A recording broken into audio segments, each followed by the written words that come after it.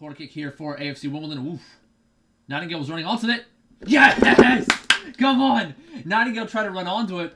The defender bounced off the side of his head after Nightingale tried to get his head on that. Bounced off the side. Ayoub Assal drove it low and hard into the back post.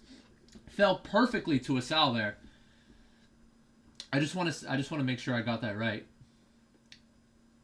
Yeah, bounced off the chest of Nightingale as he tried to dip his head in and kind of dove low, bounced off his chest, went straight to Assal, and he finished it first time. Low and hard back post. Ablade putting the press on the keeper. Nicely done. Oh, Nightingale just loses out there to Atete. Atete's going to take it to his left foot. Atete, he lays it off to Alfie May. I don't know what Nightingale... I think he lost track of the ball. Yeah, it's 1-1, by the way, to Cheltenham. The keeper there cleared his lines. Nightingale took a step forward, but then misguided the trajectory of the ball there. I think maybe the wind is going for Cheltenham there, and then Atete is able to beat him for pace. Draws Ben Hennigan to try to create the challenge. Atete takes a touch down the 18 and is able to lay it off easily there to Alfie May as Che Alexander tried to help out. It was just a systematic goal there from Cheltenham as each player from AFC Wimbledon, as they get drawn in to try to make the challenge. One by one, Alfie May is able to tap it in. Oh boy, that's definitely a stinker there if you're Will Nightingale, as he was the one that ended up starting the scramble there. I'd like to think it's the other way. Oh, a through ball over the top to Alfie May. Gets brought down. Unfucking real, dude. Unreal. Why do we get beat so easily with these through balls over the top, man? Usually Hennigan and Nightingale are really... Usually they're on top of that, but... Kind of... I don't know, man. I mean, Ben Hennigan just got caught in that instance. At first it was... on the first instance it was Nightingale. This time it was Hennigan. Unreal, dude. Yeah, there was contact. I mean, it wasn't a lot, but there was contact there. Zanev dives to his left, and Alfie May played it to his right. Wasn't the best pen in the world, unfortunately, as Zanev could have saved it had he gone that way. But blink and you'll miss it, ladies and gentlemen. 2-1 to Cheltenham. Oh, given it away by Circum. He tried to play it square. Deflected. Cosgrave! Let's go! Woo! Aaron Cosgrave, baby! Let's go.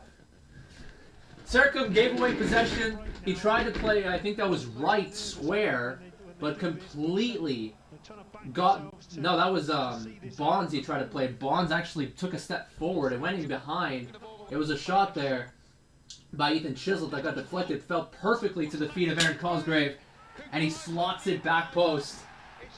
Bottom corner.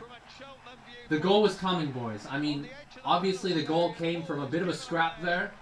Not from a kind of a well-worked goal per se, but I mean the goal was coming. AFC Wimbledon were all over Cheltenham in this half. And finally they get the goal to boot. Yeah, Ethan Chislett just picking the ball up there as Circum and Bonds were not on the same page there off the square ball. Took a shot right away there, Chislett did, and it was a good shot with decent pace and kind of deflected off the defender there. Cosgrave gets on the score sheet. Let's go. Certainly will up the confidence of Cosgrave there. Because, I mean, our system is a little bit flawed in the 4-2-3-1 as we do kind of leave our strikers a little bit isolated. Alright, boys. That's the game. 2-2.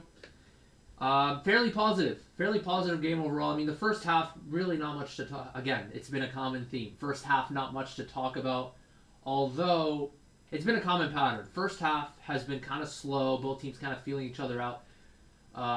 Both teams kind of losing possession pretty frequently in that first half, and Anthony Hartigan on the end of some of those passes at times he tried to play it square to Marsh and gave away possession on a couple of instances, but then it was Ayoub Assal who actually got on the score sheet. It was a ball that ended up just finding its way over to Assal, and he ended up finishing it pretty well, back post. Assal getting on the score sheet for the second game in a row. I thought Assal, the previous two games before this, was kind of poor. Kind of lacked quality on the ball. You know, I tried to play a couple passes in through to Ablade, to Cosgrave, but just kind of lacked that quality on the final third. But I think Asal was pretty good today. He took his men on 1v1 in a couple of instances, drew several fouls, and tried to actually milk contact, try to get a penalty around the 10th minute. He kind of dove at one point. It was a really good overlapping run from him in that instance where Terry Ablate just kind of found him, back-heeled it over to Asal. Asal could have stayed up in that instance. He probably would have found a shot towards goal, but tried to milk the contact, unfortunately. Decent for the most part, except for the 2 goals. Just, a spell of 10 minutes where we just didn't really defend very well. There were moments throughout the game where we looked vulnerable. The first instances where we looked vulnerable were the middle of the first half. Gave a couple of through balls over the top. The first one was to Etete, who actually really impressed me. This was his third start. No, it was his first start. Second appearance for Cheltenham, and he actually did pretty well. He held the ball up against Hartigan and Nightingale. They had a very hard time dealing with him. And in the first goal, they actually played a ball over the top to Etete. Will Nightingale just kind of misread. He took a step at first, but then he's like, "Oh shit, ball's going over my head." And Drew Hennigan took a touch past Hennigan, Drew Nightingale, and then played a square ball over to Alfie May as also Alexander was drawn into the play. So he drew 3 defenders in, essentially, one by one, and just laid it off to Alfie May.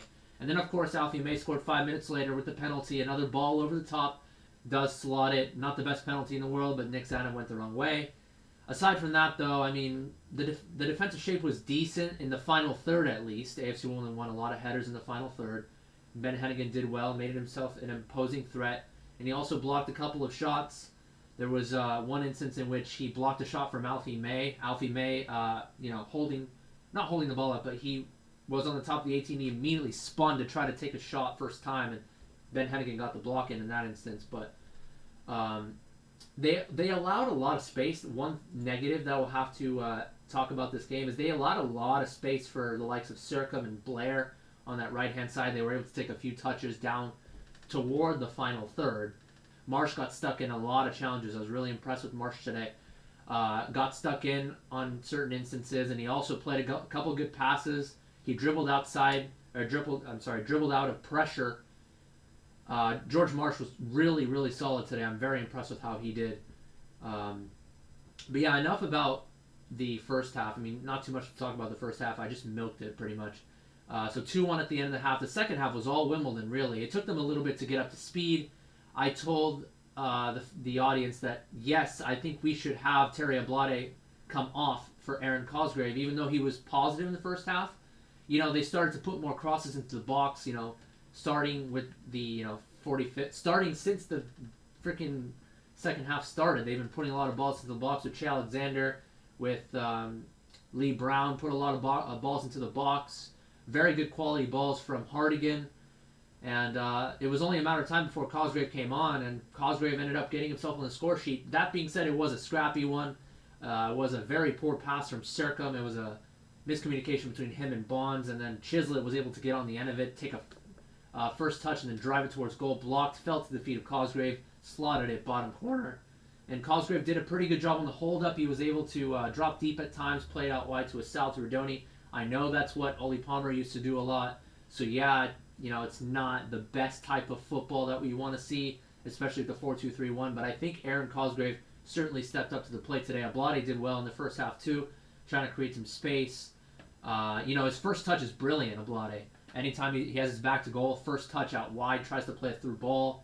We haven't seen his finishing ability yet, but I think his play back to goal, even for like a 5'8", 5'9" striker, pretty impressive. Kind of like a shorter version of Aaron Cosgrave.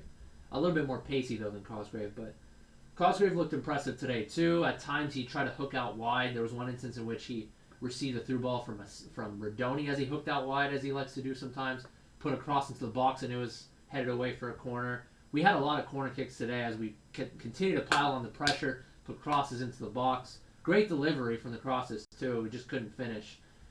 Couldn't get, and there were a couple headers by Ablate in the first half, by Rudy in the second half that didn't really get put with a lot of power. Unfortunately, we didn't have the finishing touch on the headers, but Honestly, really solid work. I think my man of the match today would have to be George Marsh. I'd say George Marsh is my man of the match today, honestly. Chislett did very well as he came on as well. I think there was an instance in which, he tried to take someone on the wing, then took a couple touches to his right and tried to curl it back post, and it got deflected. Chislett, I gotta say, I've been impressed with the games that I've seen him play. The 2 starts that he had against Ipswich and the previous game, and then coming on as a sub today, I think he's been pretty spry. I think he provides that one-on-one, that 1v1 ability that sometimes Radoni lacks, although I think he did take his men on a couple of occasions, got a couple of crosses out that got blocked for a corner kick. And Chislett just provides in the 1v1 front as well, so I think he did well. Stay awesome. See you guys on the next one.